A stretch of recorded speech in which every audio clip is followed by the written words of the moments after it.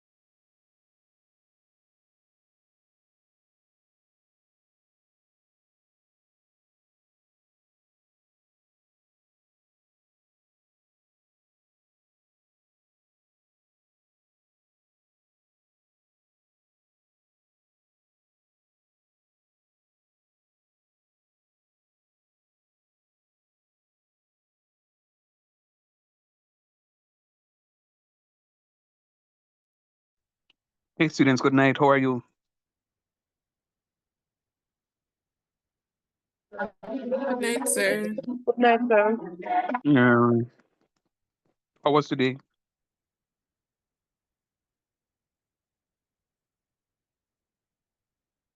Okay. Okay, cool. All right. You recognize it? You have not heard from me since last Wednesday. Um, over the weekend, I'd planned to send some stuff for you guys, but the truth is, my computer has crashed, and I'm actually using my phone now. I should be able to. I should be able to share, but I'm not sure if I'm going to be able to write. However, I had given you three homework questions. Anybody remember those?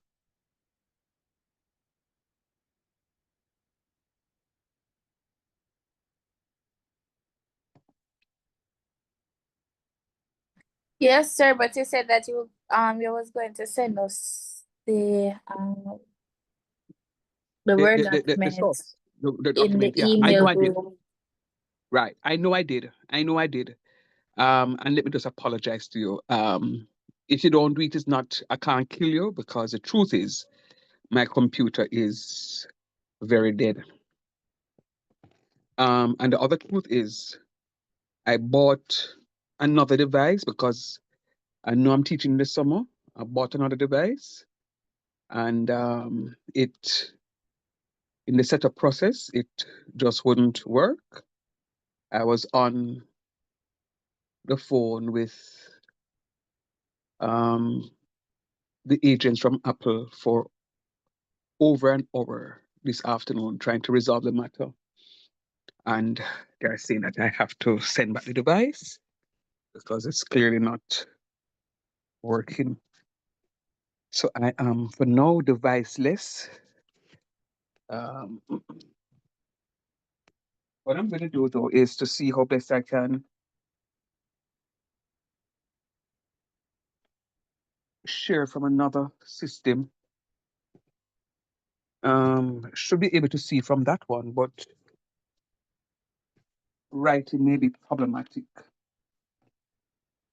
So what I'm going to do is, because I didn't get the chance to send the stuff because I don't have a system, I am going to see if I can log on. Matter of fact, I don't even know if you can hear me from this one, so I have to keep the cell phone on and speak through the cell phone. Wow, the struggles are real. Jeez, please. Um, what am I looking for, guys? I'm looking for the email to see if I can link the system to.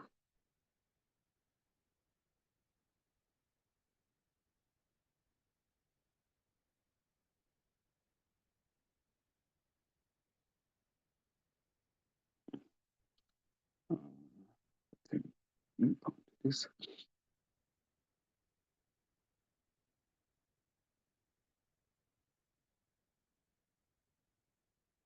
How do I find it?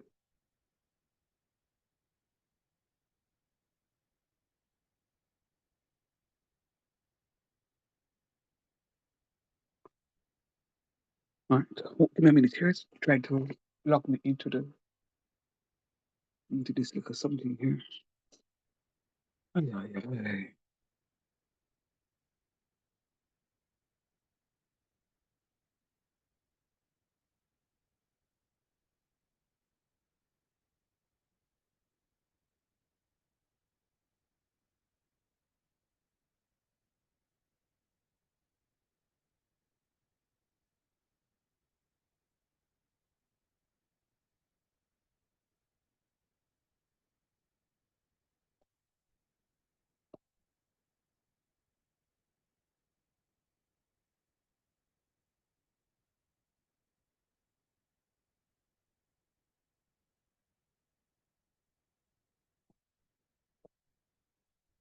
And anyway, I was going to help with the problem with this.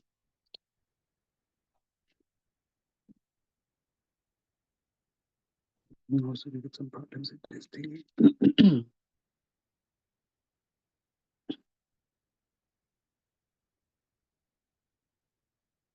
Mm.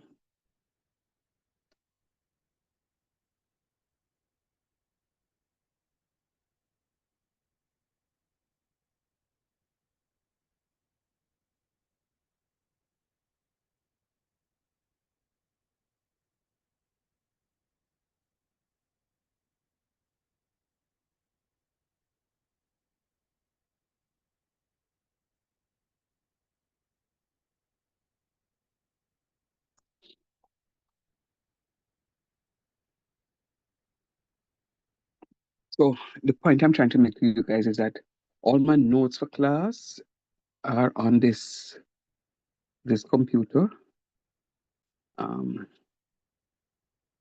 I it's when you procrastinate, things happen. On Friday when I left the class, I said that I was gonna back up the computer because I saw something like, was giving a little indication that something was going to happen. And I said, sure, I'll back it up tomorrow. I'm tired because class finished at 9 o'clock, and then I was talking to a student outside of class. So I finished after 10. If I back it up, so I'm hoping that I can retrieve the document that I was working with you um, from this other device that is giving me problems to sign in. So bear on. Normally I give you 15 minutes to come in because I know some of you said that you're coming in from work. So I would just know about to begin relaunch. Yes. No, I don't want to relaunch that.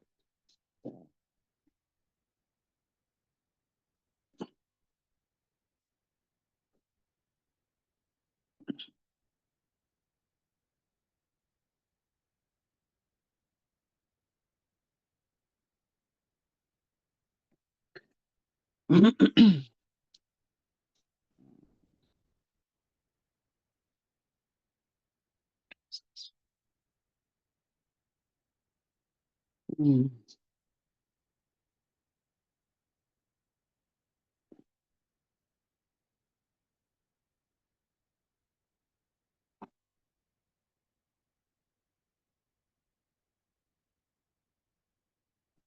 All right, guys.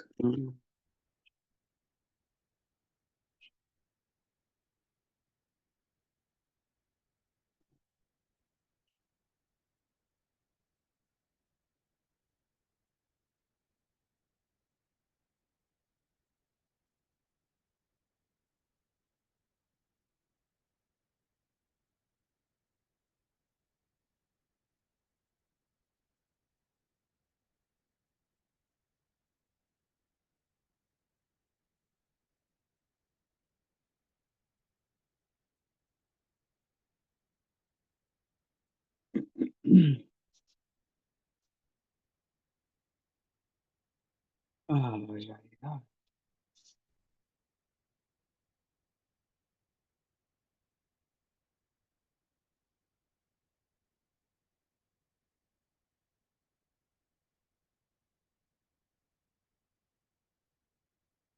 Shauna, can you send me an email, please? Let me just, are you using a computer or a tablet, Shauna? What device A are you computer, using? sir. All right, send me an email now, please. Let me Okay. see if I can. I will just reply to that email, send you a document that you can share with the class, and then you can share that document for me because I'm not going to be able to share. Sure. Thanks. This thing is going. Let me see if I can find the document.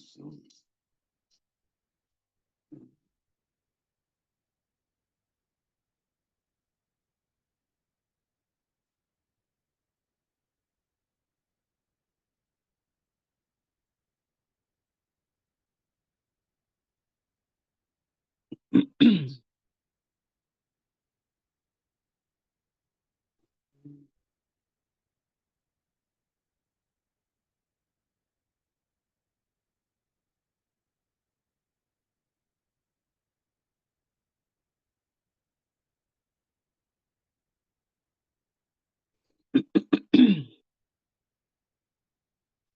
is 20. So I'm waiting on my This is Gmail. Follow. no problem. No Alright. problem. No problem. This is 2024.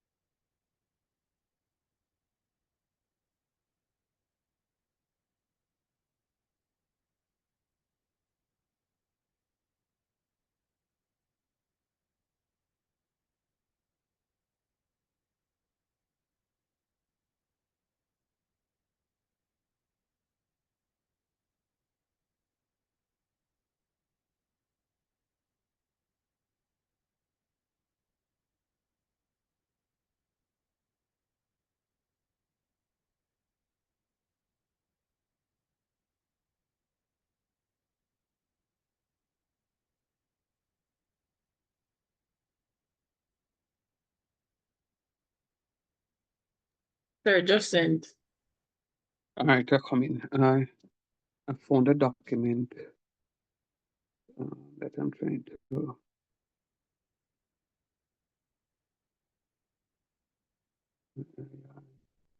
right, so there's it's a teachable moment for all that just happened to me this today, and it only reminds me when I was doing my bachelor's and I had my thesis to submit. Those were the days of computers. I had to type my thesis, typewriter that is, and the Sir, for things real? got. Oh yeah, oh yeah. I mean, how long do you think computer come in? It's in the 90s, you know. When I was in my final year of university is when my department got computers. So I lost my information, and the university never business about that. University was only interested in getting their work, and I explained to them that, sir, you see that I had my stuff. I was getting information from you. And I got penalized. I got penalized. And you know, it was one of those things. I say this to say to you, whenever I didn't expect my computer to go because I only recently bought it. Only recently bought it. I check Shauna for me, please, and let me know if you get it. I only recently bought the computer. But I'm saying to your students, you say anything that you don't have to submit for school, even though you save it on your computer, either save it to the cloud or you email yourself. Email yourself and create a folder in your email and for your different courses and drag your information into that. So at least anywhere you go, you have access to your information. Yes, sir. You receive it, dears? Yes, sir. All right, you can share that in a WhatsApp group for me, please. And Sir, if I don't there's have a one. WhatsApp group. Okay, You want to good. say All in the right. chat? So you can send it in the chat for me, please. Send it in the chat. Okay. Guys, please to see it. Download for me, please. Sean is going to send it in the chat for me. Download that's your copy of the document that I'm using, and then we're going to see if we can finish up the document tonight. So anything that you're doing, you're going Sir? to add it to what? I wasn't You're going to added add it to to what? the email thing. Yeah, man, never mind. We can do that part afterwards. Just make sure to download this document, please, guys. She's going to send it in the Zoom chat. Mm-hmm. Oh, okay. Yes. Hold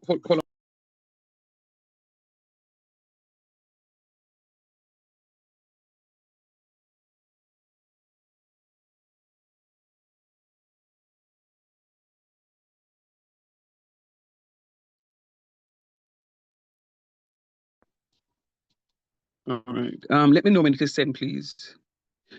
And then now, Sean, I'm going to ask you to share, please. You should be able to.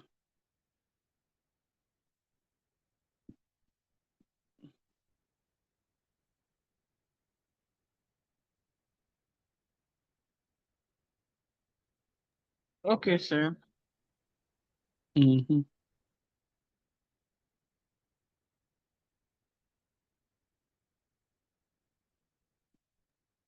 I just sent the file in the chat. All right. Thanks. I'm seeing that. Thank you.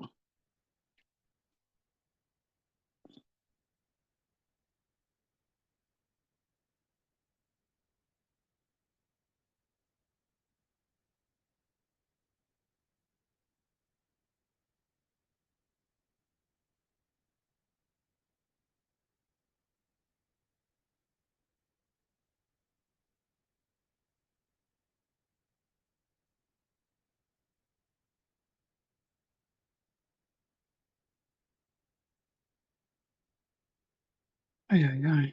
All right. Can you scroll up for me, please, to page 6? I think that's where we are out of the 9-page document.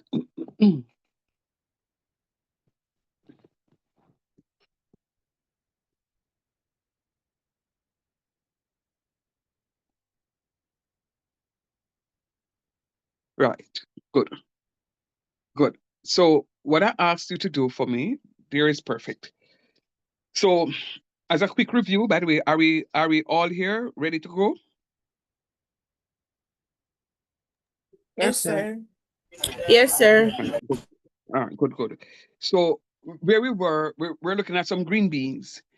And just as a recap, I hope nobody's here for the first time, but as a recap, you know, I had said to you some time ago that many of the products that we're using are not 100% usable, as they include some waste. Many of the things that we buy are not 100% usable. And you and I had discussions already, and we were able to identify a few items that were 100% disposable, usable. And, you know, some people were saying, boy, sir, I'd have to go peel my potatoes. And I agree with you. You know, I thought about it today because I I had some fries from Wendy's. By the way, Wendy's don't peel their potatoes. Yes, no? Anybody knows if Wendy's peel their Eat potatoes? it, I'm gonna remember, sir. But I think Okay, they don't. I'm not sure. because I had some fries from them today, and I'm almost sure at the tip of the fries I could see the skin. And I'm almost sure. Do me a favor, if any of you are Wendy lovers and when next you go to Wendy's and you buy fries, just check on it for me, please, and come back and report to the class. Sir, where you So want to know? I'm buy today. you buy today? Yeah. Speak back. You bought fries too? Yes, sir. The fries, them the peel of potatoes, or you could see the skin on the fries. Sir, some of them, I can't take them, you know. No one there ever born. Yeah, man. So I had Yeah, them as yeah, well yeah. today too. Sir, And it have on these potatoes, well, some of them. what? So you still like eat it? No, some fries in the bottom, I never realized. Oh, but you see the skin at the tip of the fries? Yes, sir. And that's why it Yeah, always have man. the burn at the top. Absolutely, absolutely. So what I'm saying to you, thank you, DG. What I'm saying to you is that, by the way, your voice clear up this tonight, no man, very good. Um, so in a case like the Irish potato, you'll get it to be 100% usable. So once you wash it, unless it has you know, it got squeezed or something on the top. But if you get a good Irish potato, you wash it, you clean it, you don't have to peel it, so you're not going to have any waste. So that is 100% usable. Similar to the fact if you get sweet potato, you can do the same thing. All right. But many of the items that we have, callaloo, pak chow, kale, you name it, tomato, lettuce, cabbage, green banana, ripe banana, plantain, pumpkin, yam, you name it, chicken, beef, whatever it is, it's generally not 100% usable because it includes some waste, right? So the purpose of the yield test is to break down the product into usable product and the non-usable waste. And I'm going to be cautious when I say non-usable waste, because we have the conversation already that even though we say non-usable waste, we know that the waste can be reused for some other purpose. Let us go to the potato, the Irish potato. We can peel the Irish potato and the skin for the Irish potato, the yam, the sweet potato, and you name it, can be used in our compost. All right. And if I were teaching you, as I taught my environmental studies students last semester, as an environmentalist, you don't throw away those stuff into the garbage because we are supposed to be recycling. We are supposed to be recycling. And if you don't use it as a compost, I gave you the example already, you can find a pig farmer. Find a pig farmer, because the pig farmer will take the peelings, man, and feed them to the pigs and the goats and them donkey and them so forth and so forth and so on. Right? So So if even somebody though can stock pot. say it again. Stock pot. That too. He said that's why you're tourism students, that too, right? So so this is what it is. Because I know sometimes when it is that we're doing, you ladies and gentlemen are working in the kitchen, you don't use the chicken neck and the gizzard as true or false when you're doing your dishes. True. Yeah, man. So, but guess what though?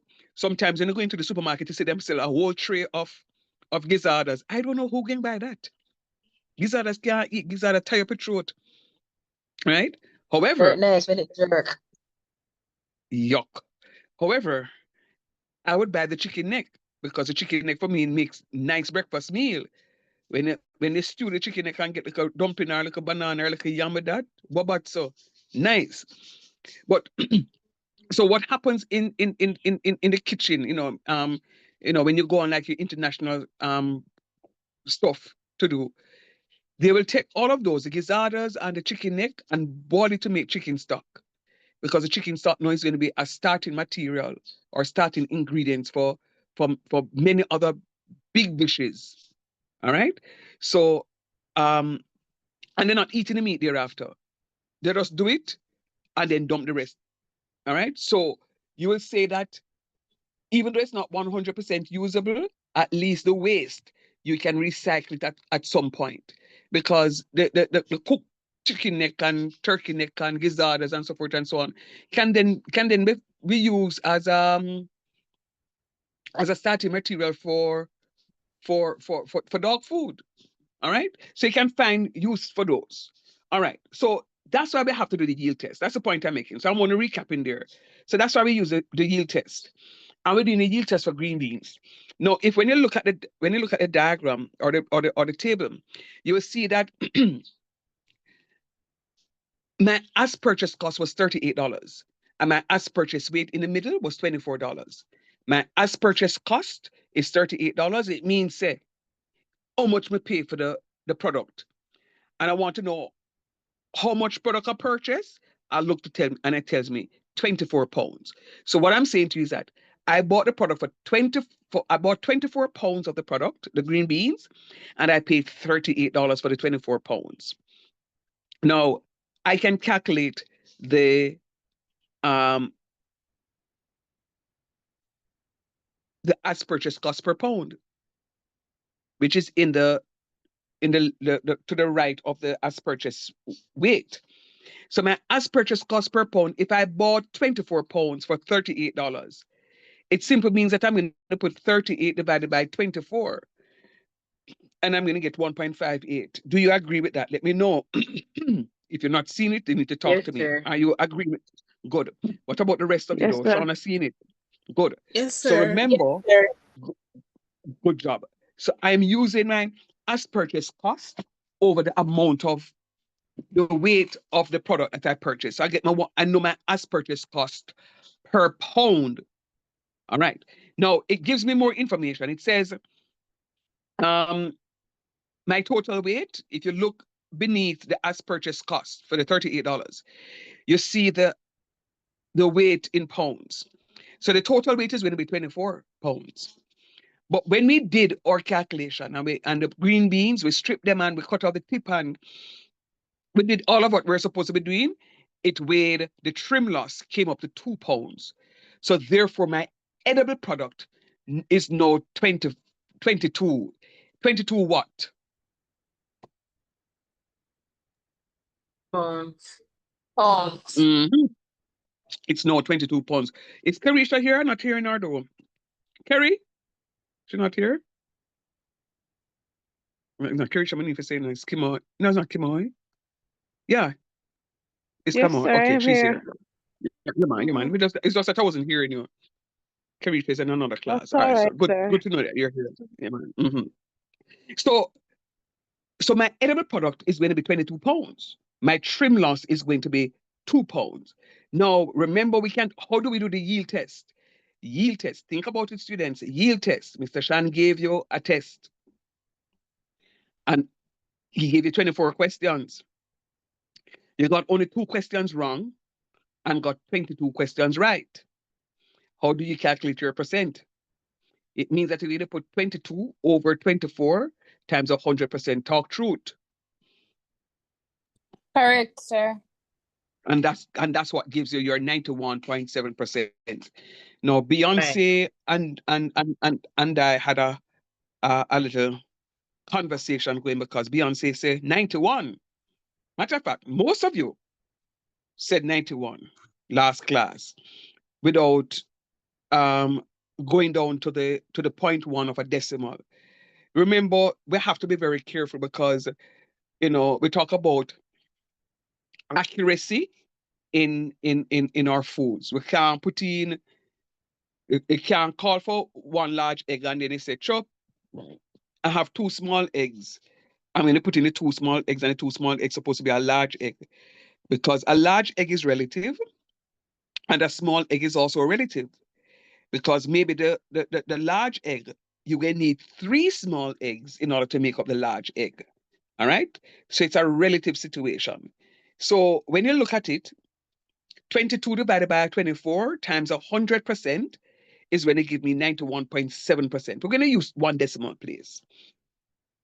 And all you need to do right there is to subtract that 91.7% from the 100%, and it gives you your 8.3%. Can you see that? Yes, sir. Sorry, that would be the All right. trim loss? Yes, sir. That would be the trim loss, percentage trim loss. Yeah. Okay. All right. Do me a favor, though. Put 2 divided by 24 times 100% and see what you get.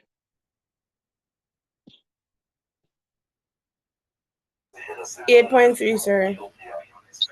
So you can do 2 ways and get the answer. You can do 2 ways to get the Repeat answer. that back, sir. Just like Repeat that. you put the 2 divided by 24. Is that Times making a test and 100. unfortunately to get 2 over 24? That's put 2 divided by 24 times 100.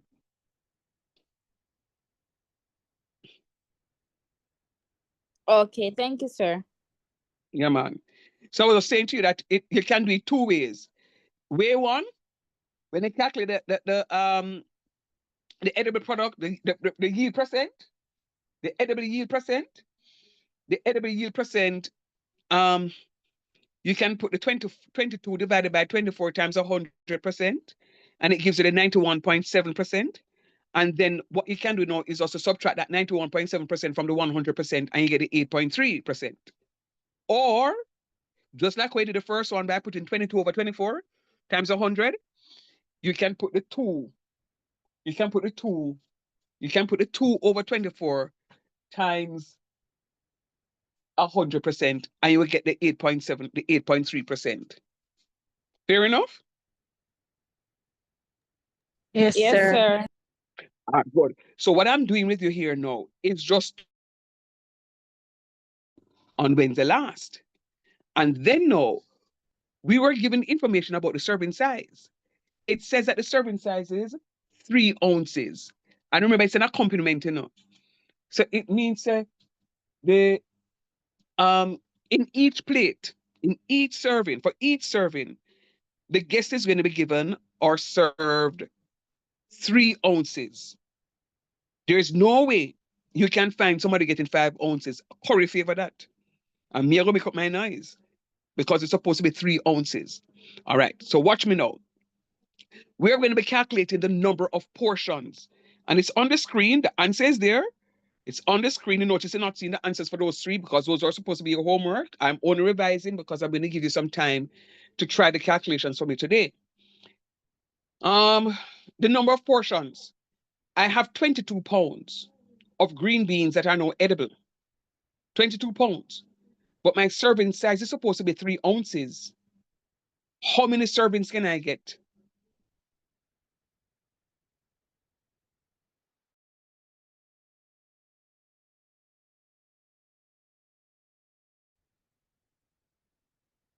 Sorry, can you repeat that back, please? Sorry. Now I'm just saying to you that I have my edible portion is 22 pounds. Do you agree with that? Yes, sir. And my serving size is 3 ounces. Okay, sir. So what I'm saying to you now is, how do you calculate the number of servings, the number of portions I have? Number of servings or the number of portions? We know that the portion size is 3 ounces. How do I calculate the number of portions I can get from the 22 pounds? Sir, I multiply 22 times 16 and I divide it by 3. Kimmy, Sir, must eat lunch again. Very good. So what Kimmy says is, seeing that the serving size is 3 ounces, and I have 22 pounds, I am going to multiply my 22 pounds by 16. Why, sir? 16 ounces are in a pound. So I'm converting my ounces, rubbish. I'm converting my pounds into ounces. I'm converting my pounds into ounces. So I'm multiplying 22 by 16. And that will give me, how much give me? I don't have it. Let me see if I can calculate it. 352, sir. What, sir? How much? Repeat back, sir. 352 ounces Oh, total, sir. 352, right. And then I'm going to divide it by 3 now, right? To get the number, since it's 3 ounces. Yes, And I get sir. 117 and a third. Good. So when we do the number of servings, let me ask you, when we do the number of servings, would I write down 117.3? No, sir. Why not? Wait, sir. You mean like... sir, because well, I got left back with a bill. Where's the spillage, I saw? Spill. Yeah, because it's not a full serving. Serving, yes, so that would use as your spillage. I'd have to use that as a spillage. But if you I know, saw? yeah, man, same way, so. But if you know me well, you know, say, if me, you know, say, Ray, you know, say, me not spill nothing, come and go and taste the food too. You understand? So this is 117 servings. The 0.3 really can be used as spillage. So we can't get more than 117 servings. Can't get more than 117 servings. All right. So that's why we don't put. The reason I'm explaining that because somebody may say, but sir, why you never put the 117.3, but you have 8.3 for the trim loss and 91.7. You use decimal place there. Why never use it for this? That? Because the decimal place is telling me that that is part of a whole. Just like how you're not going to the supermarket to buy a bread that has been bitten into, or go to the pastry place and buy a tart that has been clearly bitten into, or not even bitten in. Piece it break off. Let me ask a question, and I don't want anybody to think of me any differently. Anybody ever go like called Pastry Passion or Devon House and you buy a slice of cake and you tell the people them who are serving which are the slices they want? Yes, sir. And sugar and spice. And sugar and spice, yeah. And any of them not give it, any of them say, I can't give you that slice, you tell them say you want a refund. Don't want it. Right. You don't want it, absolutely, because guess what? Sometimes them don't cut the cake even, and then put the big slice at the front, so them can fool people. You know, fool me. Give me the big slice, that slice that me want. And you know them say, sir, we can't serve that size. No problem. Refund, please. Because we not buy it. So that's what it is. When you go into the place, you want the correct portion size. That's the correct portion size you want. All right. So we know what that is. Now, guess what is happening? As I said to you, and this is very important, when Burger King buys their lettuce, they buy their tomatoes, and them use cucumber. We don't know. Say them buy them cucumber too, and they are cleaning the veggies, They use pickle, not cucumber. pickle, right? And they're cleaning their stuff. And when them clean them stuff, them get a certain amount of waste. So let us use the same green beans. 2 pounds of trim loss. Do you think Burger King is going to absorb that as their loss, or they're going to pass it on to the customer? They're going to pass it on, sir. Sir, to the customer. Absolutely. Absolutely. And that's why ever so often you go to KFC and KFC put on like a $10 and like a $20 here. And all when them put on the $10 and $20 on the cost, on the still go at KFC because KFC have you know, them do something to us that we can't resist them. Right? Them No side care about the hold cost on. KFC. Sir, but Eh? even at the restaurant, my food teacher always say when we go restaurant and we will see certain amount of food and we say me I pay $6 for this. It's just always say we not pay for the meal, but we are pay for the waste of them after dash way. Absolutely. And restaurant, Absolutely. That's that's the a point. food more than anybody Yes, else. because the business can't lose at no cost.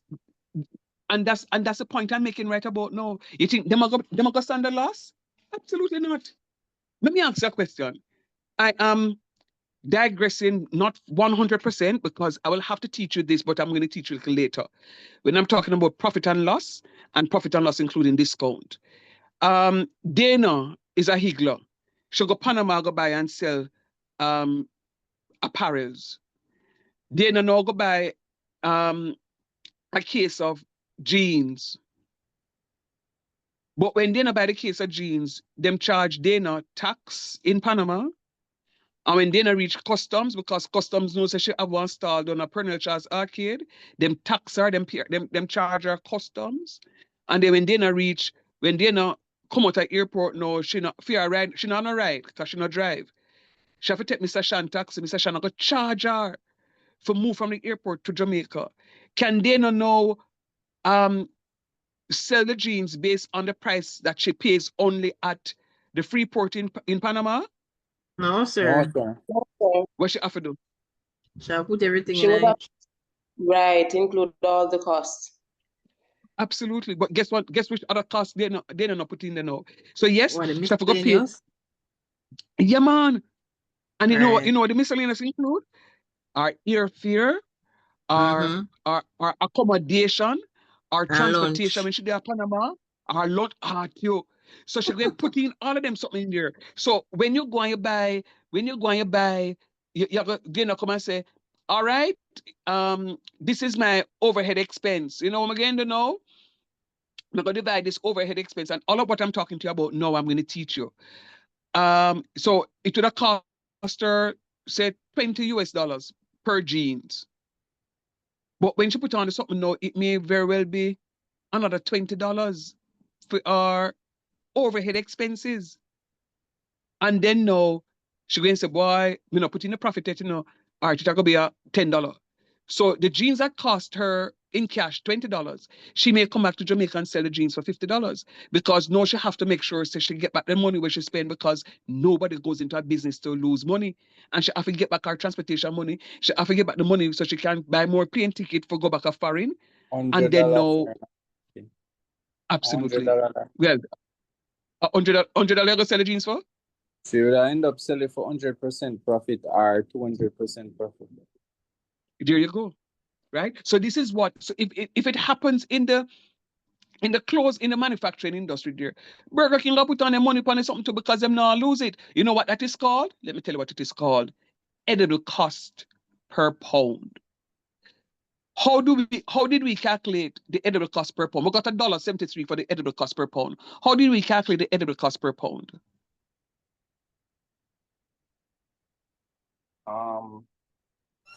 Sir, Go again. Somebody was saying something. Go again. No, saying something.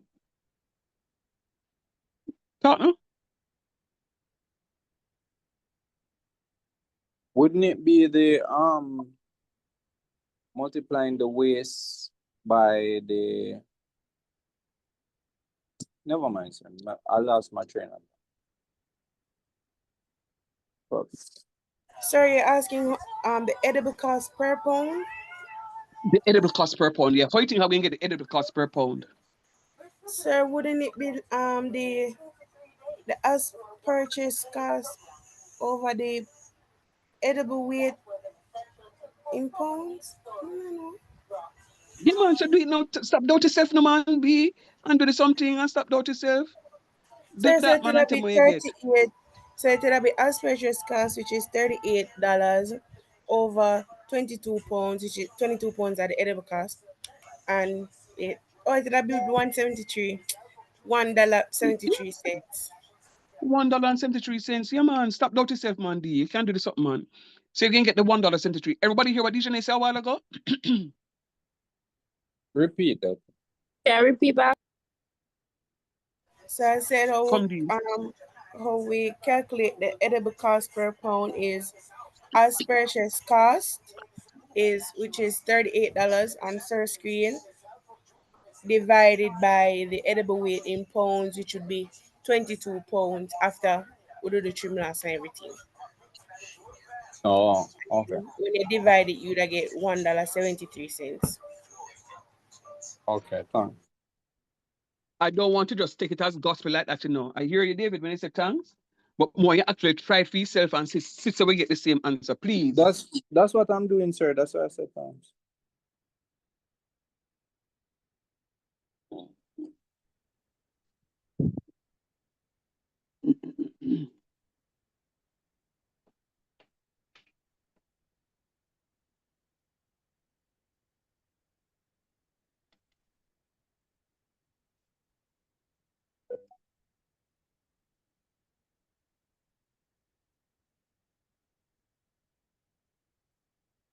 Yes, sir. That's what I got. $1.72. No, is it 72? Yeah. Look at it Divide the again. as purchase cost, which is $38, by 22 pounds. It's $1.72. You'd What do I get have on my You'd get $1.72. $1.72, but once every day beside that, so But you'd you can round. round off. Yeah. Sorry, Yeah, make it 73. I didn't round off. I didn't round. Right. Now, we had a conversation in class about that the last time around. So that's why I was asking you, not to be petty, but to ask you because I want to make sure that you know how we're getting our answer. So yes, we have to round up. When we talk about money, we talk No, you're about two not. decimal places.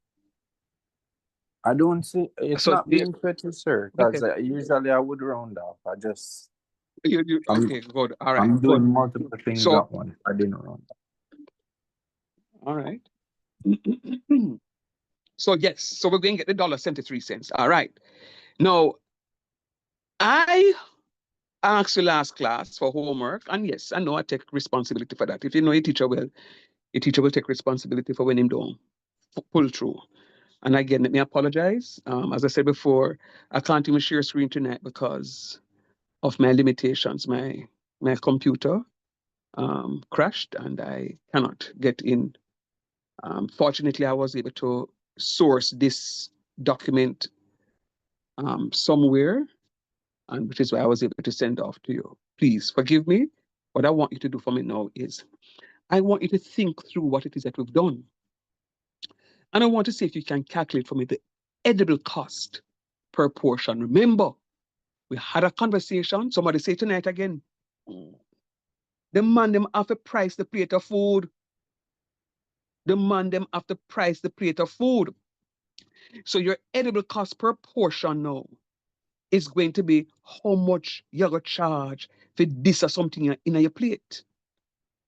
How much you're going to charge for this or something in your plate. So I'm going to give you about Sir. 3 minutes. Go ahead.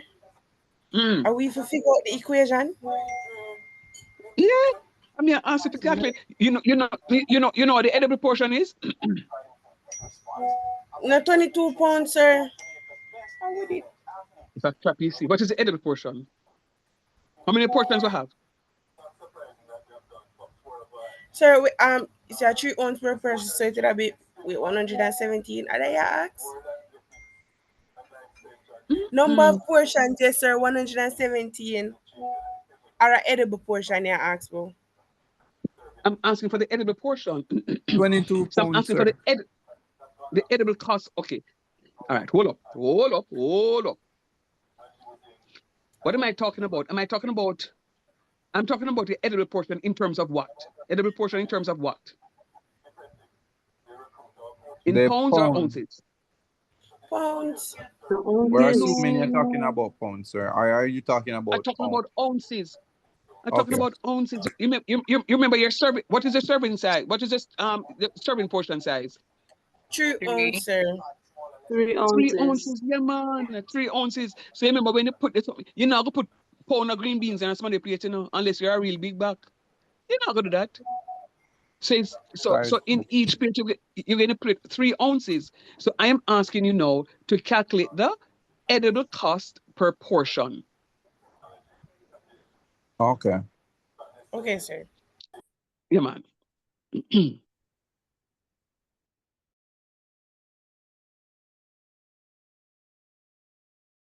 Sir. Sir.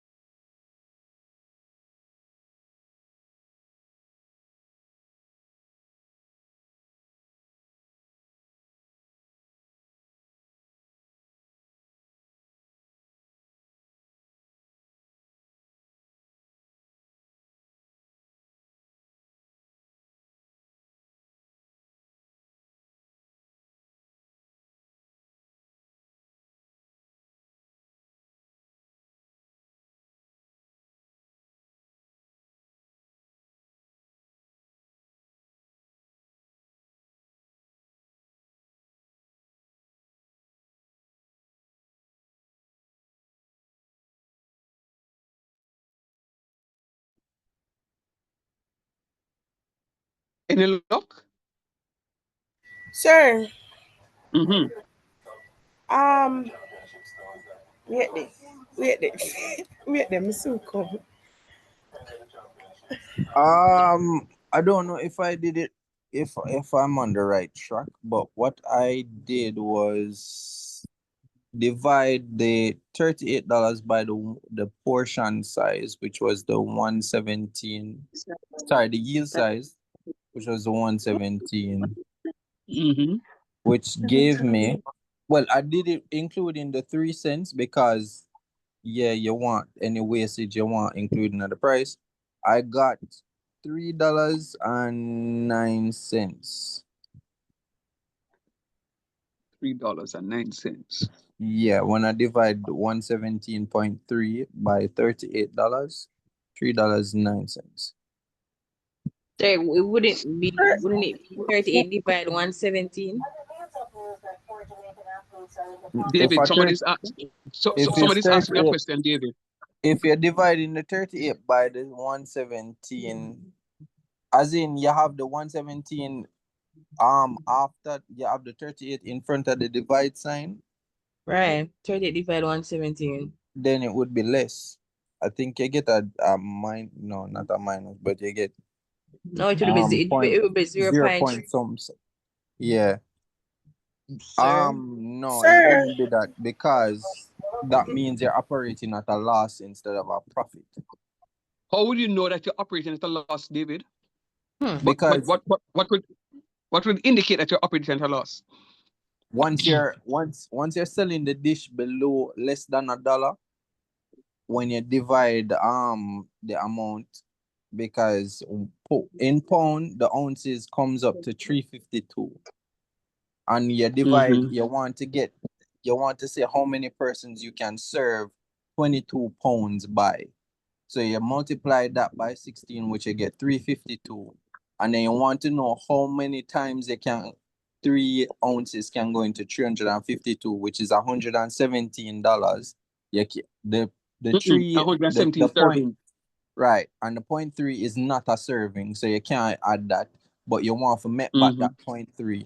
So if you divide the 113 by 30, rather you divide the 38 by the 117 by 38, which means that the 38 is going to be in front of the divide sign. That means you're selling it for less than what you actually spent. But you don't. But I hear what you say, but you don't answer my question. I'm asking you, how would you indicate that you're operating at a loss? Tell me what. How would I look at a calculation and know that I'm operating at a loss? Based on the amount of money where you spend. Well, that's the best way I can explain it, sir. Because you spend $38 for you spent $38, and then after you prepare the meal and everything, you really and truly are spend you lose more than the $38. Sir, honestly I don't know how to explain it.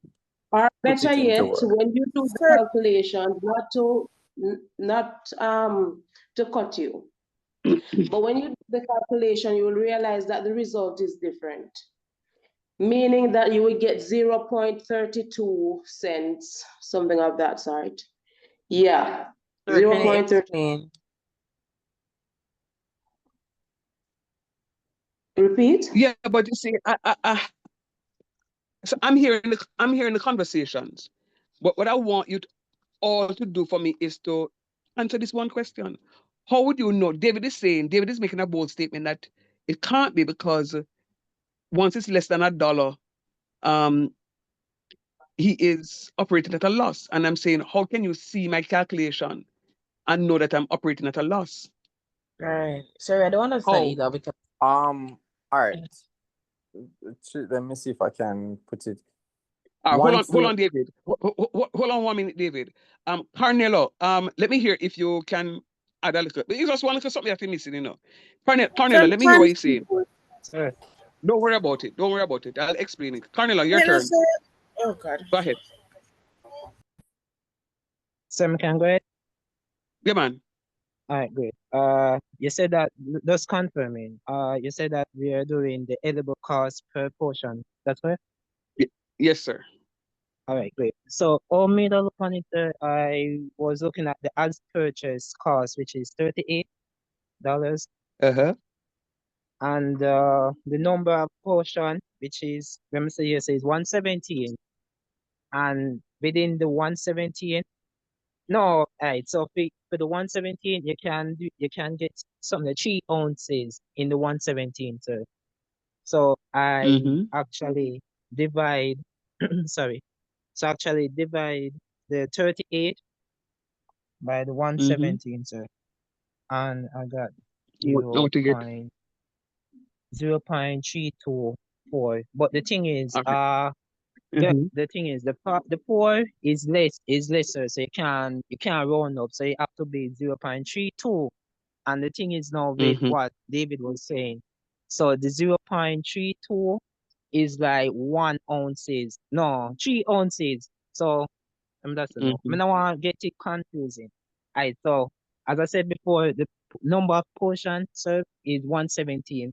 So for the 117, 0.3, 0.32, yeah, is going to be added for each of them. That's how me I look on it, sir. So I don't know if I'm correct All right. or me I think on it rational. Sir, All right, go ahead, please. sir, I don't know who just that, but I same thing me I get. So me hear everybody else say something different. Where you get it? Where you get it? Where you get it for your answer? Where you get for your answer? Sir, D? how me do it? How me do it, sir? Me do the what you call it? Me do All right, tell me your 1.7. answer. Tell me your answer. Sir, Tell me me get for the answer. 0.32, 0.324, but you know, say you All can't right, so round press up. pause. Okay, press pause. Press pause. Press pause. Two things. I don't tell anybody say them right or them wrong yet, but I'm hearing a recurring notation that is being used and I have to correct it. I keep hearing 0.32.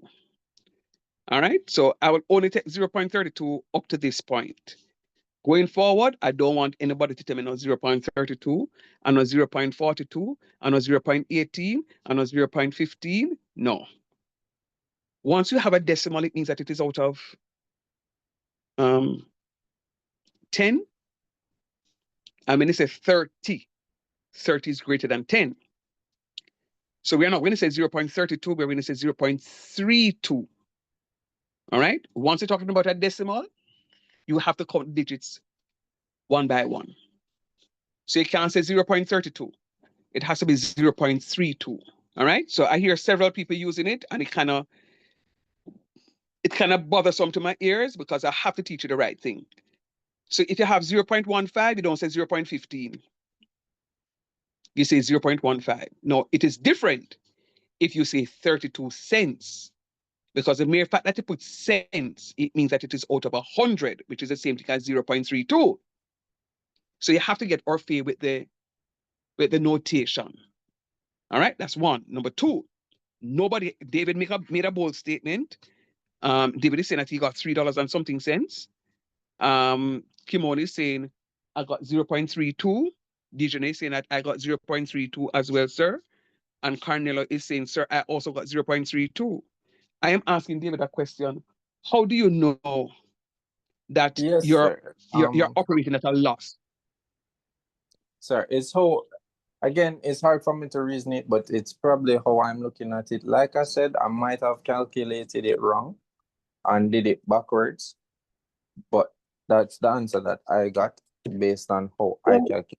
Okay, I hear you, David, but you're not answering my question still. Let us not look at the calculations that you've done just now, son. No, I'm that's asking what a question. that's what I said, sir. I don't know how to reason it out for it to be understood. I can only just No. I realized that what I was saying was only explaining why I did and why I got the answer. But to reason it out, And I sir, heard that honestly, I don't explanation, know. David. No, don't tell me you don't know. I heard that Oh. explanation, and I want you to contextualize it. I'm asking a question. How do you know, when you're doing your calculation, how do you know that you're operating? How does the mathematics show you that you're operating at a loss versus operating at a gain? All right. So, Yes. how I can put it, other way I can put it is after you get your answer, if you go back over your answer and it doesn't add up or it doesn't give you. No, that's not the answer I'm looking for. No, come on. Let me hear what you're saying. So when it after you do, after you get how much money you're selling the product for, you minus it from how much you're spending for, you see if you make any profit or not. I guess if you don't make any profit, then or if you make about the same amount of money and sell it for, then I guess that's how you see that you're operating at a loss. Sir, I'm gonna ask a question. Yes, please. I know the last conversation you come up, but me I try keep up. Is it that you must say we operate at a loss because when we see how much portion size we can get out of the 22 pound, it come to 117, seeing that we have a decimal place after the 117. So now that we're pricing it, we only a price the edible portion by the 117 alone. Wanna get what me say? All right. This is one of the things I've been telling you, you know, when I go past the applied maths here, and I am already sensing some deficiencies. I'm sensing some deficiencies, and you guys will pass the applied math. I don't like the deficiencies that I'm sensing. And I'm gonna write this question tonight because you must get it. And hear me out. So I'm hearing I'm hearing the calculations. I'm hearing the calculations. And I'm hearing the reasonings behind the calculations. But I'm still asking a question. And this question, usually you see, you know, no other question that come up, David bring up something with a question. It now becomes a teachable moment, and I'm trying to use it as a teachable moment. I want each and every one of you to think about it. Think about the question I'm asking. David said, it can't be 0.32 because had it been 0.32, it means that the person will be operating at a loss because it is less than $1. And I'm saying to David, what indicator can you use to determine if you are operating at a loss versus you operating at a gain? When you do your calculation, and you press equal, how you know it is a gain versus a loss? If it is a loss, what it's going to show you? Minus. Duh, duh, duh, duh, minus.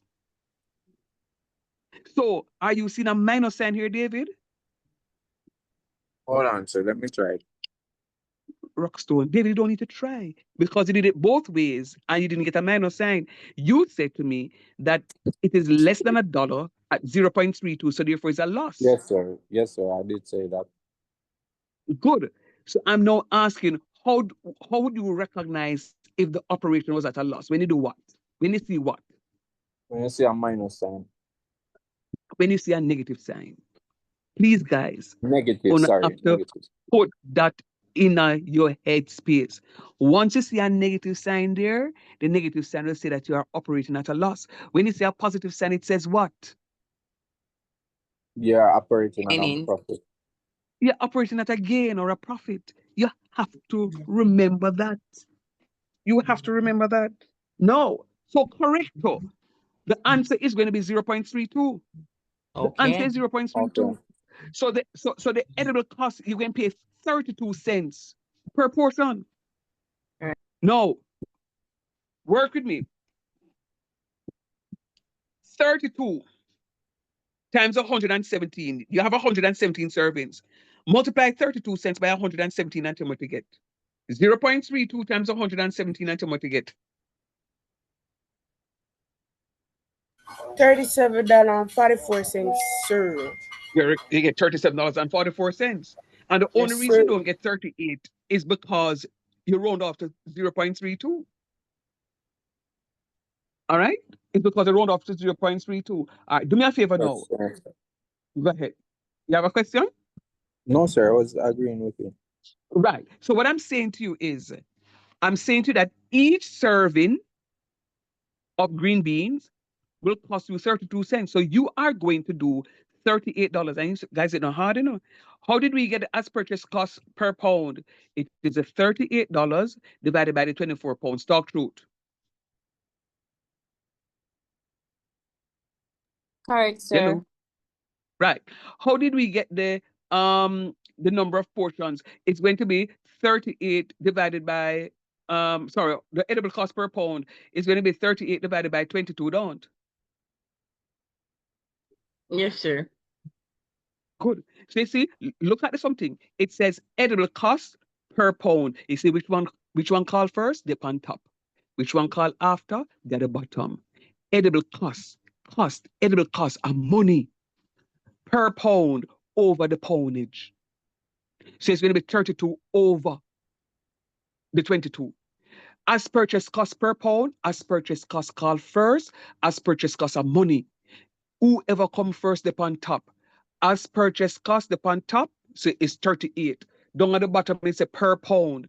Once you hear per pound, then you're going to divide by the number of pounds. So it's going to be 38 divided by 24 to get the $1.58. To calculate the edible cost per pound, edible cost, you need to find out edible portion. Your edible portion, and they want it in pounds. So your edible portion in pounds is 22. So the edible cost, see, cost, money. So it's going to be $38 divided by 22, and it gives you the $1.73. Am I making sense right there? Yes, sir. Yes, sir. Is there anybody in the class that's not following me? All right. So therefore, now when it says the edible cost per portion, which one up on top? Edible cost, And which one So at the the bottom? money. portions. Portion. So what is it? What is the cost for the green beans? $38. So it's going $38. to be 38. And how many portions we have? 170. 38 17. divided by 170. Guys, you know hard enough. And I am going raw sharp with you tonight because you're not going to get it. So you put 38 over 117, you almost get the 0.32. And that is not a loss. What that is saying to you is that the 0.32 is telling you how much I will pay per portion. So for every Right. plate of food will come out. Say it again. Sir, Mm. something like that me that try explain before I know. I regarding got it from your explanation, Carnello. I mean, your answer Oh. was right. And based on what it is that you're saying, I got that from your explanation. That's why I know. Again, I don't know if anybody's seen the connection I was making a couple of weeks ago when I say you have to talk in class. It is Yeah. only in talking that I can get a glimpse of what it is that you're saying or thinking rather. Can anybody see that connection coming out clearly now? Yes, sir. Yeah, man. Because if you not talk, if David never open his mouth and say, oh, it is operating at a loss, and me hear it, and me say, no, me can't make the youth go with that misconception there. So Dejanay said, sir, I don't know, that reporting not coming out about that calculation because I heard a misconception. So I had to take the whole class through the misconception. And guess what? the whole only they have the same misconception because it took me so long for to figure out what I was talking about. Sir, me never have it. So that's why it's all right, good go. So which is why it is important, class. And I'm going to encourage you again just to speak up because teacher is not in front of you. Well, literally. Well, I am in front of you literally, but we're not there face to face. I'm in a different modality than you are now. You conference at your home, I'm in the conference at my home. But if you not talk to me, I'm not gonna know in I headspace. And if you talk to me, so I can just say, oh, yo, no do that. That don't make no sense. No do that. All right? And this is how you're going to be able to develop as a very good math student in order to do the calculations and do the calculations correctly and get the A and move on. Last time I taught the course and I had a student who got an A. Very good student. She come to class and the only time she not talks to her, I'm not feeling well. I'm say, all right, big up yourself. All right, so let's go. So again, I said something, I don't know if anybody catch it, but I'm gonna say it. When we calculated the as purchase cost per pound, whichever one come first in the numerator and whichever one come after in the denominator, it says as purchase cost. How much we pay for the something, 38, over the number of pounds, because it's a per pound. So once it's a per, divide. How many pounds are back? 24. So the as purchase cost per pound are going to be 38 divided by 24. Boom, $1.58. All right? Now watch me. I want you to calculate the as purchase rubbishness, the edible cost per pound. The edible cost per pound is the edible portion divided by how much how many pounds we buy. The edible cost per pound. Edible cost in the numerator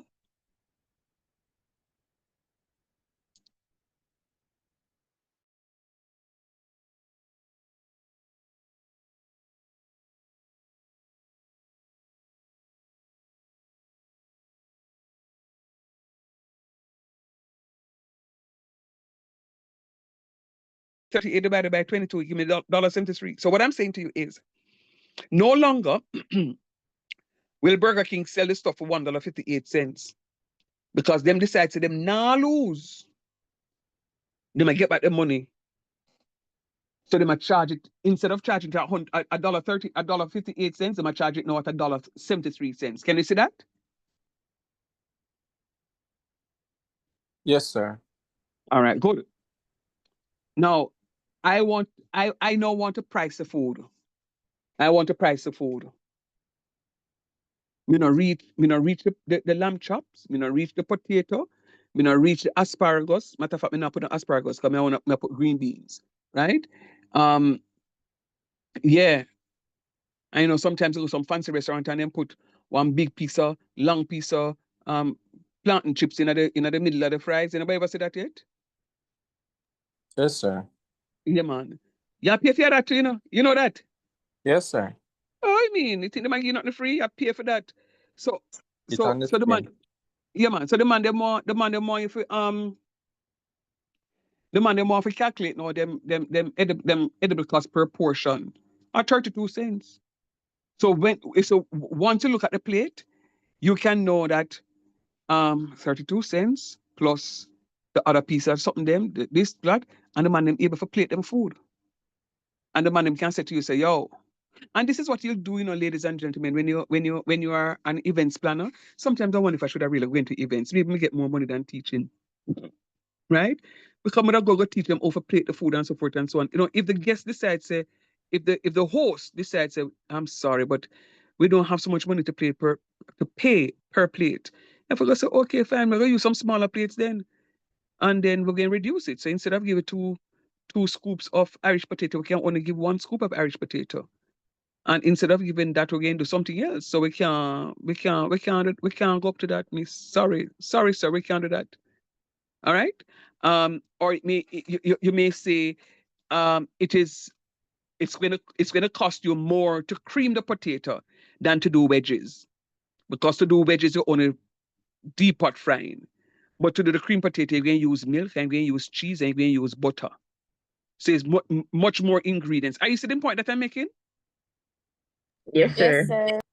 Yeah, man. So when you are an applied math student and you are getting into the thing, you have to give your clients options. So they're gonna say, I'm sorry, Mr. Edwards, but I don't this is the amount of money we have to spend. Okay, fine. Let us not do it is nice to have pork chops or lamb chops with potatoes, but let me offer you potato wedges instead of mashed potatoes. How much more? It's going to be less because mashed potato, all I'm doing is just deep pot frying the wedges, right? Maybe throw two little seasoning over it, boom. But you have so much more ingredient to do with the potato, butter, this, that. Says when they come to me more and they say, yeah, man, I can reach this. And it's okay, fine, that's good. Because you want the business. So you have to find alternative. You have to find alternatives. All right, let's go. Cost factor per pound. Wow. Cost factor per pound. What do we talk about in terms of cost factor per pound? What do you think we talk about with the cost factor per pound? Mister, is that like um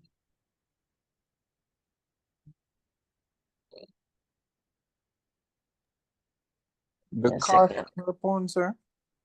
Say it again, Papa? The cost per pound? No. what? It's really a comparison. Okay. The cost factor is going to be a comparison. All right. So the cost factor per pound is going to be a comparison between the edible cost per pound and the as purchased cost per pound. So technically, what you're doing, you're going to divide the $1.73 by the $1.58. And that is when they give you, do that and tell me what you get. 1 second. 1.095.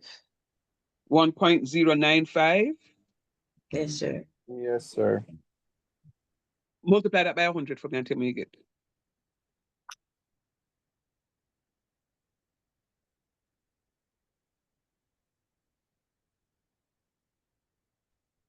109.5, sir. All right. 109.5. Now, my son David and the rest of you, you see that 109.5, you know what it's telling us? That if anything over 100%, you know, so I'm profit. So it means that the edible cost per pound is going to be So you can repeat that, 1.09. please. I'm saying that the 109.5%, once it's over 100%, it means say you're not operating at a loss at all. So it Profit means that the the the $9. the it's going to be 1.09 times greater than the as purchase cost per pound. All right. So what it is that is going to happen is it tells you now that yo 9.5% more I'm getting in selling the product this way. Can anybody say that? Yes, sir.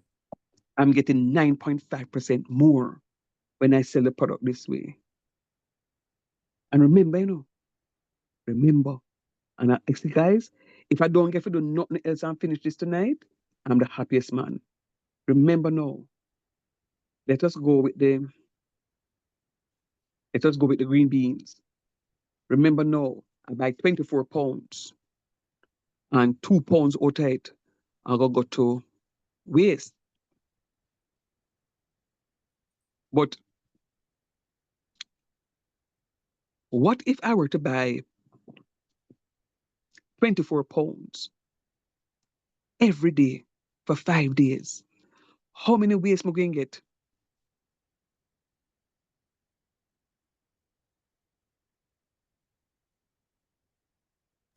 £10, sir.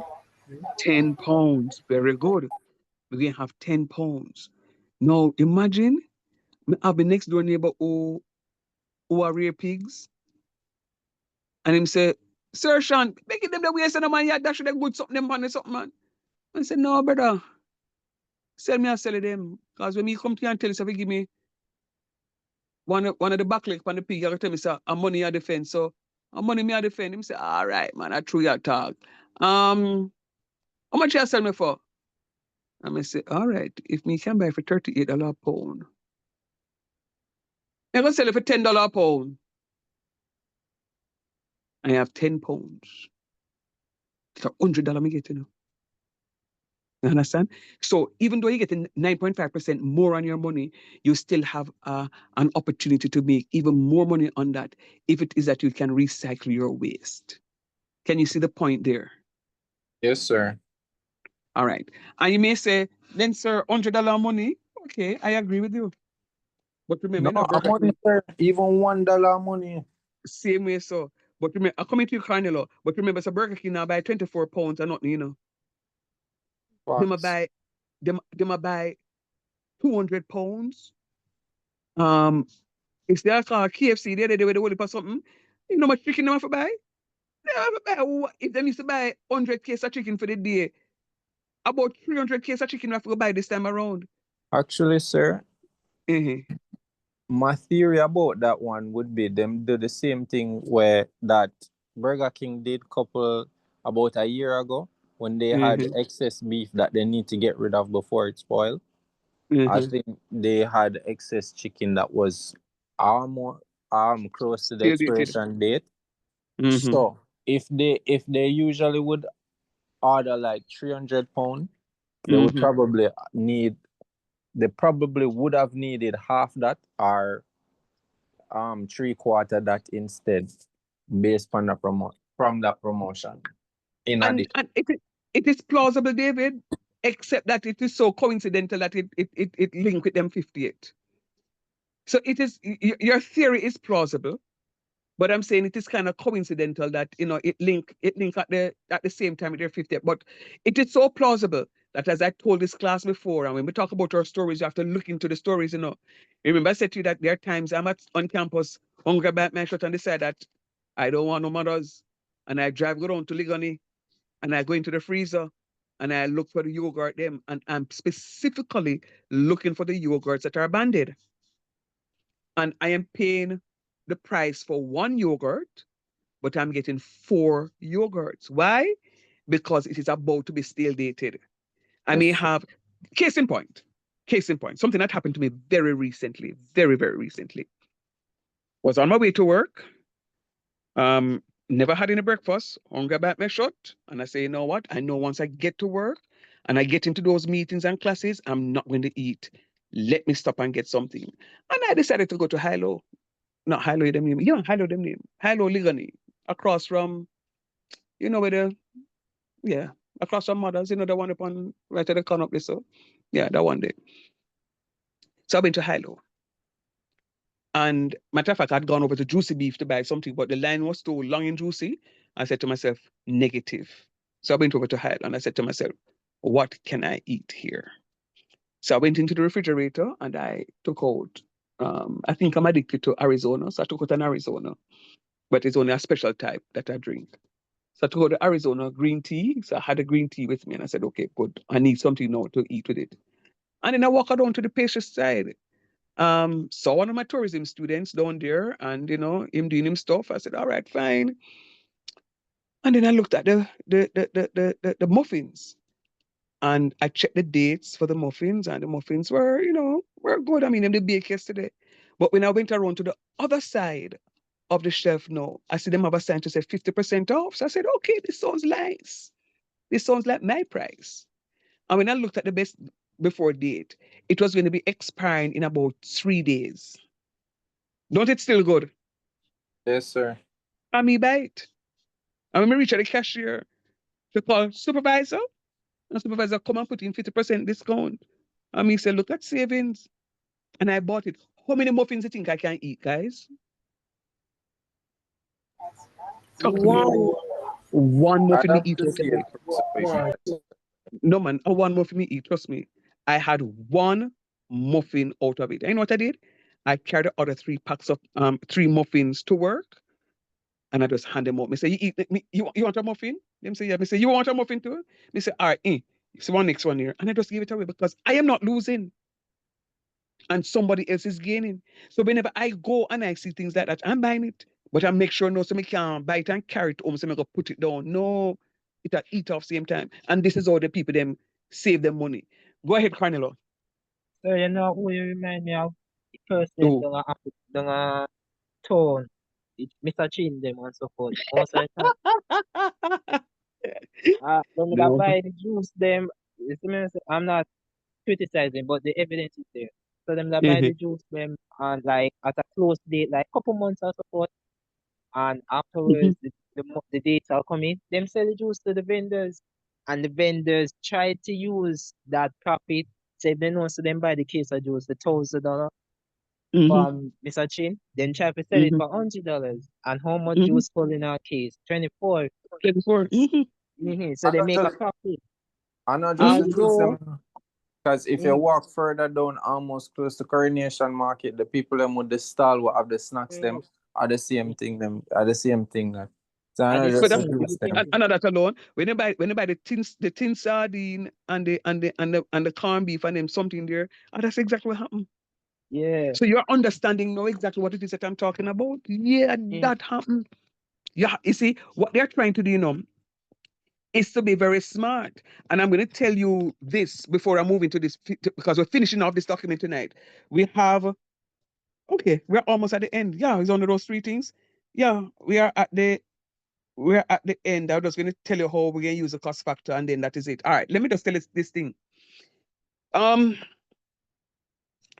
in oh goodness, in Trinidad, I think it was Trinidad, and you can Google it and let me know if I'm telling a lie or telling the truth. In Trinidad, a baking company had baked some breads, and the breads were packaged and ready for sale.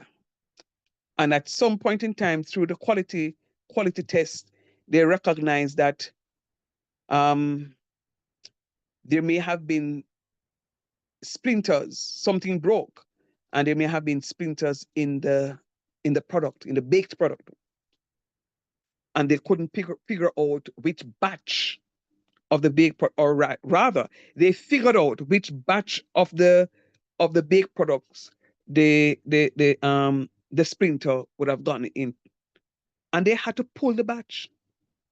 They had to pull the batch of bread, and they went and dumped the batch of bread. But you know what the man them have to do? Before they dumped the batch of bread, they had to bleach the bread. So they use red dye to sort the bread.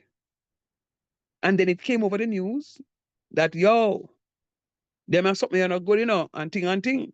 Because you see, anyhow, those scavengers, they go say national no a dump um 3 truckload of bread. Wait till the man them go down a Riverton. Talk to me. And I mean, I'm not discriminating. Don't think So I'm discriminating. so them would probably sell it to a farmer or something in that case, or probably eat or sell it back in the market. All they do, then try to clear off the expiration date if it is that they're having one on that, and try to sell it back to make a profit, because the end of the day, if in a case like we think like the national bread now, and you may contact you and say, Mr. Mark, I have some bread that I want to throw away, and you have your truck. All you do, you're gonna need assistance. So you probably call Absolutely. three months somebody and say, yo, we have some bread to dash away. But by the time you Mhm. done talk with your colleagues them, you tell them say, yo, I change a plan. You're gonna sell them bread, you carry the bread go on my yard. And from there, so me Same. use my idea and use a promotion there, so Mhm. to try and make a profit. So although I'm getting a salary of $10,000, we can make Mhm. 5% more on it. So we And and, can and, and and distribute guess it and to the guess what now? community. You're correct, Mhm. Every single thing you said right there says correct. But guess what now? So you do that, and then DJ now say, Cornelo, let off one of the bread them, no man. He said, no, my dog, me I sell that for $5. You go buy the bread for $10. Me I sell it for $5. She said, $5 I sell it for? She said, Miss, all right, mommy can buy it. And she go buy the bread. And it so happened that she get the splinter in her fear bread. And she eat the bread, and then after that, no, she said, but no man, me sick, but I want national bread me buy. And then she go try sue national. And national go say, no. Um, the bread that she bought was of a particular manufacturing date, batch number, and those bread were disposed of. And then the mother said, but hold on, if them dispose of the bread, or she get it, the man mother said, but hold on, and Mr. Shand was contracted to get rid of the bread. Yeah. And So, them say, Sir, but what oh, that just leads to to interject. quality go ahead. assurances, sir. Mm-hmm. Now, we're saying that going to lead to quality assurance to And make that a it a go lead to prison for me, because I go come back to me if you know say me name dump the bread them, me sell the bread them. So me I go to prison, yeah. because this now So, becomes a health risk. It's a health risk. So this is why when these companies, when they are disposing of food stuff, they actually they bleach it. So they put color dyes in it. Either the red dye, the yellow dye, or the green dye. They put in it so that them know say them knows bleach, because them knows it, like when you have a bank heist in the States, and the teller now decides say, yo, matter of fact, when the money is placed in the vault, in each bag there is a pack of dye. So once it is that they don't desensitize or deactivate the dye, from you go out a road there with a bag of money, it'll go explode. And when it explodes, um, some of the money going to have the red dye on it. And the mere fact that and they're trained in the United States. So if I am a cashier at Walmart, and you try to put on, and you talk about a trolley load of stuff, and it come to $500, and I get the note, the note that I get to know, so they have to put the $100 under the scanner to make sure that it's not counterfeit. But it's from And them that's put the even note. after they normally mark it, because while I was working there, I had to mark the 100 just to ensure that it's legit. It is good, right? And then now there is, what is it again? There's some gold, something that you can, some lines on it that you can actually scrape, and it's supposed to be raised. But guess what?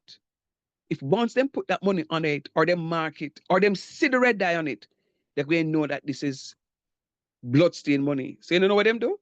them have them secret button, and them have them stuff, and them touch them panic something, and hello, them have them signal. Remember, so by the time you go out a door, the pow them going to be out there waiting for you. You see all this self checkout business at Walmart. Best believe we're not using it because let me tell you something. It's a set up something, and what's like for me very black is a set up Yes, something. sir. Very much. It's a set up something because guess what? You remember you come from Jamaica, you know, and we're not accustomed to them something here. Because we are not cashier. We do other business and we are good at and we scan something. We hear something go off. We don't know if it really scanned, but the people them inside in the background are watching every scanner who go to the machine to self checkout and scan. And if one of the items is not scanned, best believe them going to lock you up. My uncle told me of a situation last summer when I was there to say that he doesn't use the self checkout because this man who have money, you know, went and spent. Him said, man must have spent about $700 at the self checkout or a good amount of money, and one item for less than $5 was not scanned, and they lock up the man, and the man paid the money, you know, and got back change enough to pay for the item, and the man said, I didn't know that the item was not scanned, and them lock up the man for $5, an item less than $5. So guess what? Me would join the long line with 100 people in there, make them cash me, because I am not trying that. And if I'm using the self-checkout, one of the agents will have to come and help me in doing that. I am not doing it alone. I'm not doing it alone. It's a scam, it's a checkup, it's something for God set you up, and guess what? At my You're age, we nice supposed to to use come out. skills. No, me not use it. Somebody have to come and help me. And all when they face me up, I said, I'm sorry, I'm from Jamaica. I don't know how to operate this thing. Can you come and give me some assistance, please? And them come, all women know for use it because I am not going to be caught. I have seen it happen. I've seen it happen, or not seen, but I've heard about it happening. Not on one time or two times. It happens a lot. And I don't want to go and scan something and think say the item is scanned and me not check up my something for say if at this amount of money something must come through. But I'm just saying, right? All right. Shauna, do me a favor now. I want you to scroll the document for me, please. Matter of fact, no, I never. Yeah, we did it. Cost factor per pound. All right, we did it. Cost factor per pound. All right, scroll the document for me, please. Sorry, sir. You did cost factor per pound? Per portion? Let me wonder. Me never do it. Me did. Sir, me know with just the cost Yes, you did. factor per pound. I did the cost factor per pound. I never did the cost factor per portion. I believe you did too. Yes, All right, sir, never we mind. did. But it's all right.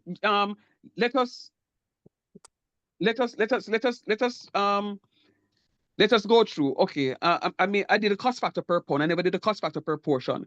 So the cost factor per portion is going to be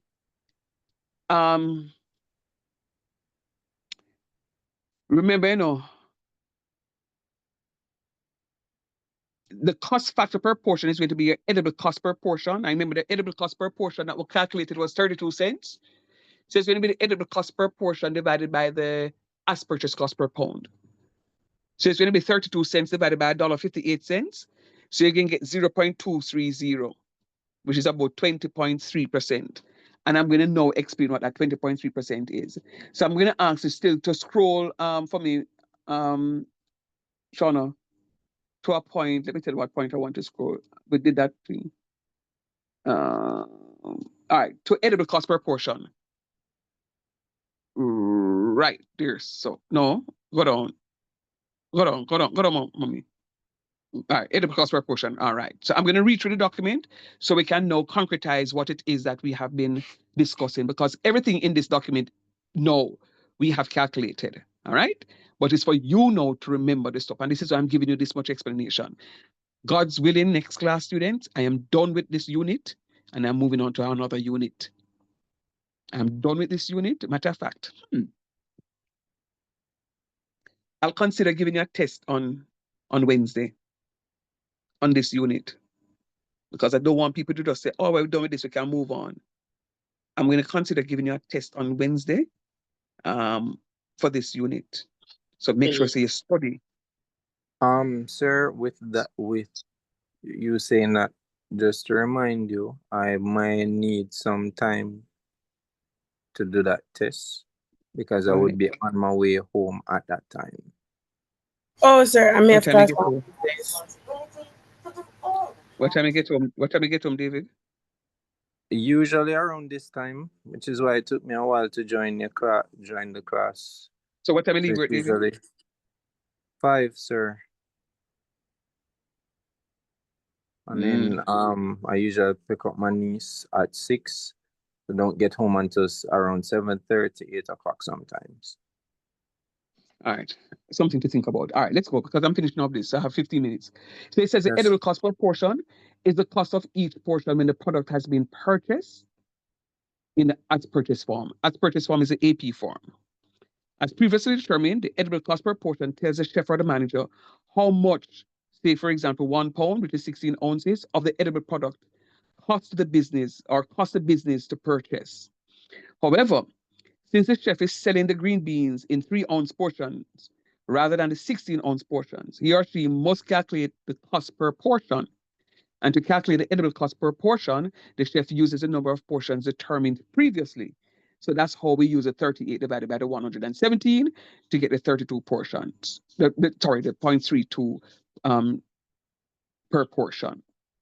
So it says by comparing or by preparing a yield test on a case of fresh green beans, we determined that a 3-ounce portion costs 32 cents to prepare. Costs 32 cents to prepare. And that 32 cents is telling me no, on a rough basis, that if somebody comes and when you and I go to a restaurant and we order that, hey, may I have, where did I go the other day? I went out the other day and asked them for uh was it a seafood mix? No. Anyway, I asked them for something and they said to me that it's not available. However, they have steak available, but the price that I'm seeing there for the steak, I'm to add $1,500. I was like, say what now? They said yes, because the steak is a little bit higher than that. No, let me tell you something. $1,500. You can get a pound of steak for less than $1,500. I guarantee you. So when you're buying a plate of food, they're really paying quite a bit. But when they're preparing the food now, I remember one of my party members ordered an Alfredo, chicken Alfredo.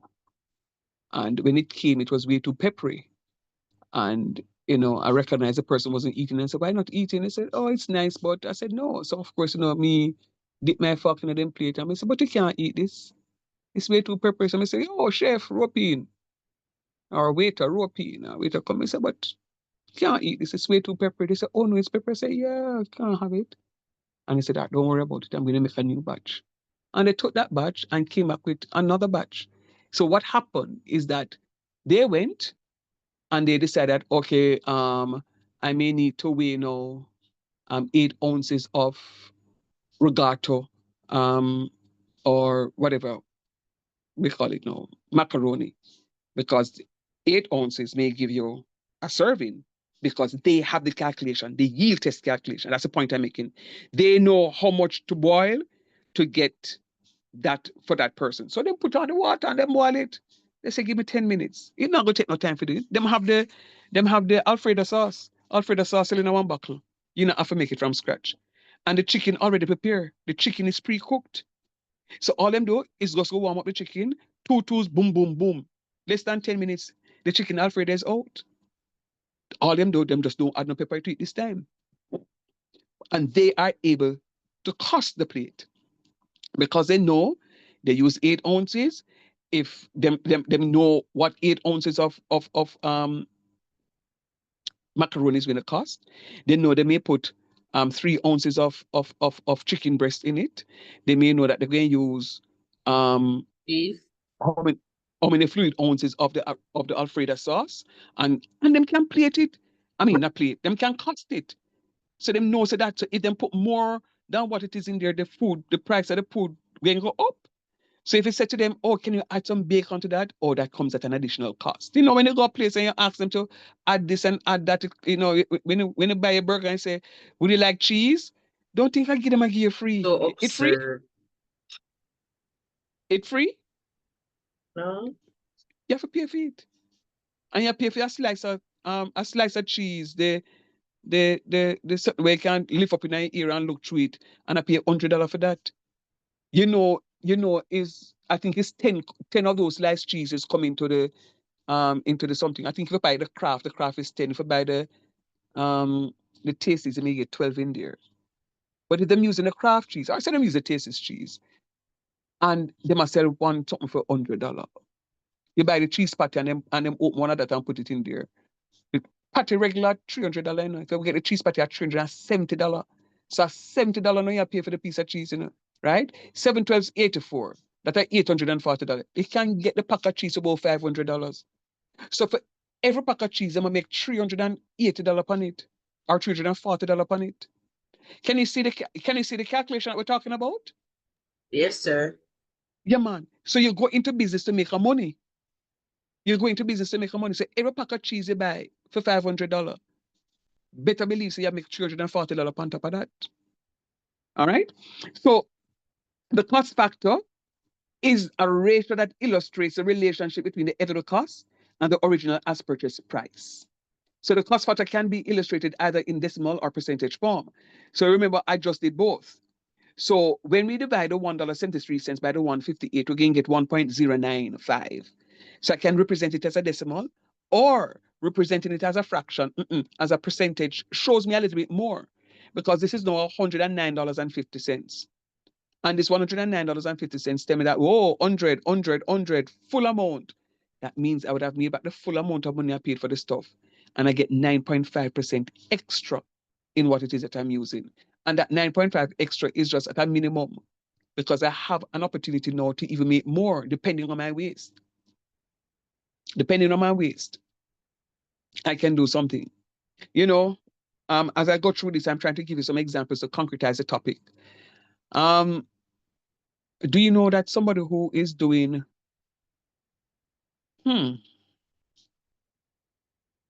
making virgin oil, for argument's sake, or coconut oil, whichever one, and they use the dried coconuts for the stuff. Do you know that, or maybe you don't know, but for the dried coconuts, let me tell you how you and I could monetize the coconut. Some people, matter of fact, let me ask you. No, let me just tell you. We don't have much time. You know the man they might do sometime? The man would say, yo, pay a man on the road for come take him pickaxe and just chop out the coconut for you. And then you just take the ox and then you go throw away. But if you do it like that, some people buy the ox them ways and make kaya stick. I don't think people wear kaya mattress again, because I mean, once upon a time they used to make the kaya from the coconut to make mattresses, right? But people still make the kaya stick, so it is that they can plant your. Yeah, they use it for yam planting, so the yam can run on it, and they use it also in your residential home, so it is that you have your creepers, and your creepers can climb up on the stick and so forth and so on. But let me tell you where it is going now. Me, Mr. Shandy's in that business. I am using an electric saw to cut through the top part of that coconut. You know why? When me done, me get one coconut brush out of it. Talk truth. Yes or no? Yeah. Yes, sir. And then you know the next thing we do? Calabash. And you know me do the other part? I'm going to take the saw now and cut straight through the coconut. But so you're going to waste the water. That's fine, because it is dried coconut. So the water can a little tangy, so I don't have to drink it. And when I cut it through now, it means that I'm cutting that shell perfectly. Do you know when you ox out the coconut, and them have machine now where you can put the coconut, the half piece of the coconut in the machine and scrape out the coconut for you?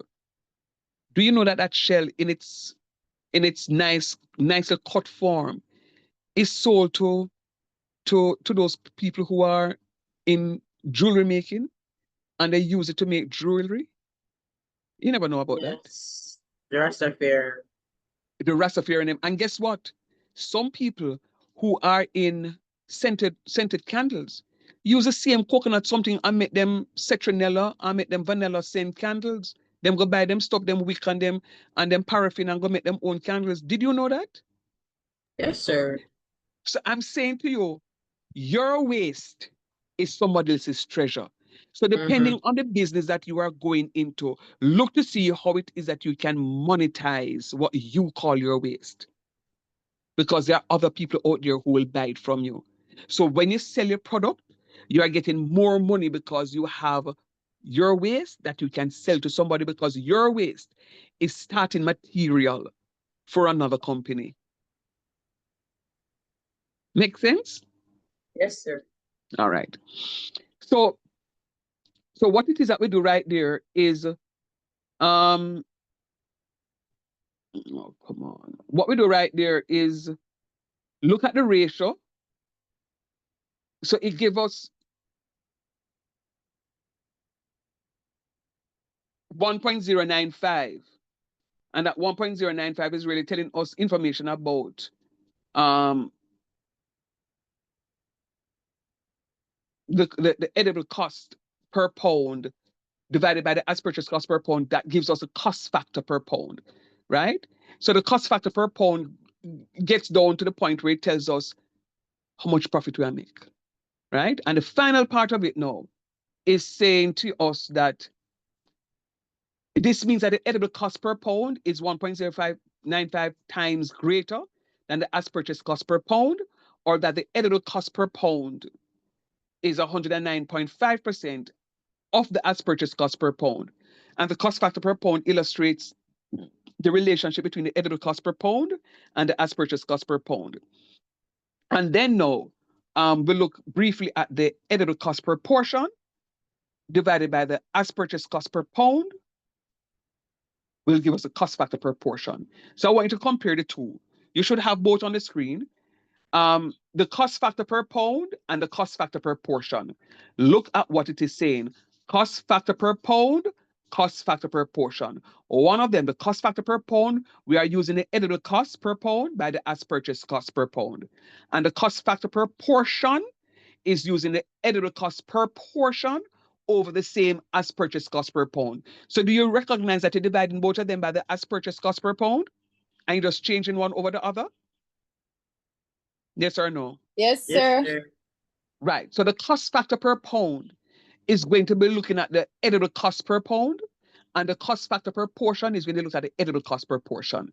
And that's what it is. And then the final thing, scroll up for me, please. The final thing is, Sir, yeah, that's it. That's it. No, that's not it. Go down. Next page.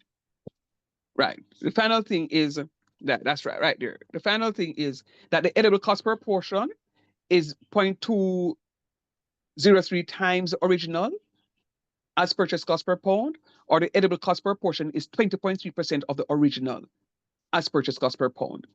It is understood that the as purchase cost increases or decreases on a regular basis due to a change in season, supply and demand, the popularity of the product, etc. Right? Remember, I spoke to you about if you change your vendor, it may not be the same quality that you're getting, so that can change. All right. It is therefore impossible to prepare a yield test on a case of green beans every time as purchase cost fluctuates.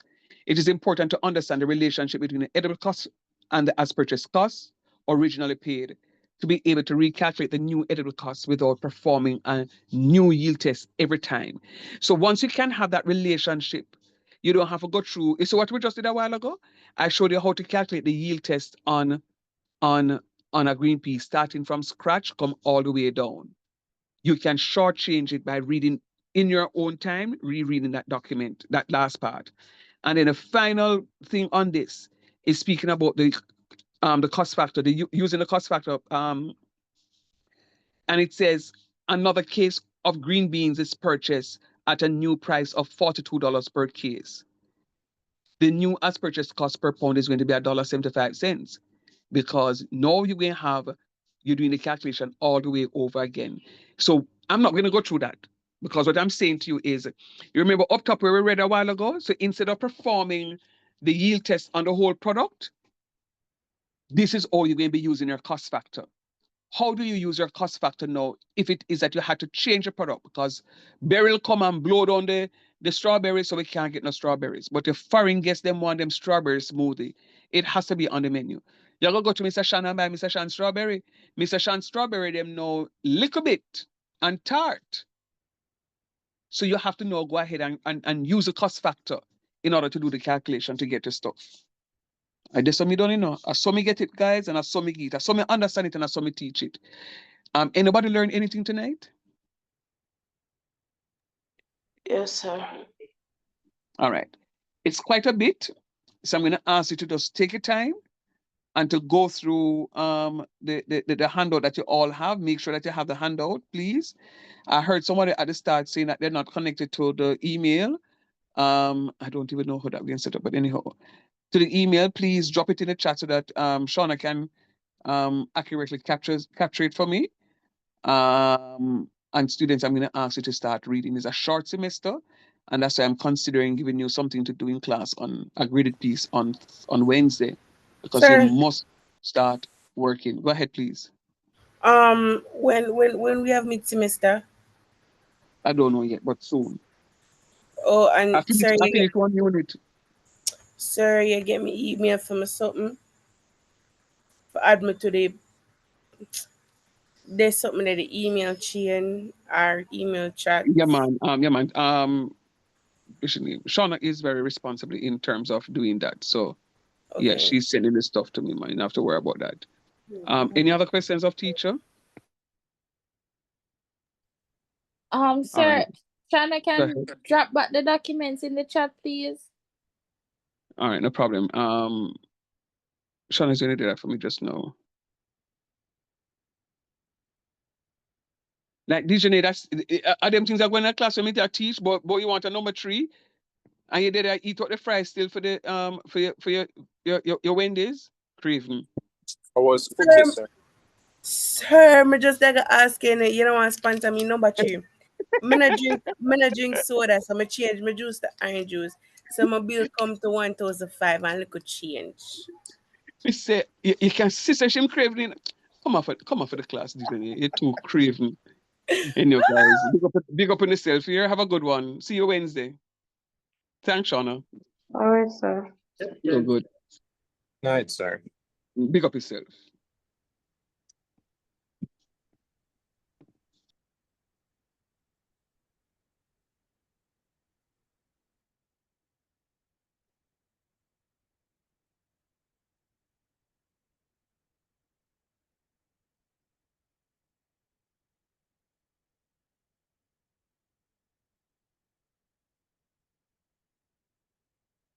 Let's set it in the book. But literally just said, Downloading it now, thanks. I don't have it on my own. Music asked me for it again. Oh boy.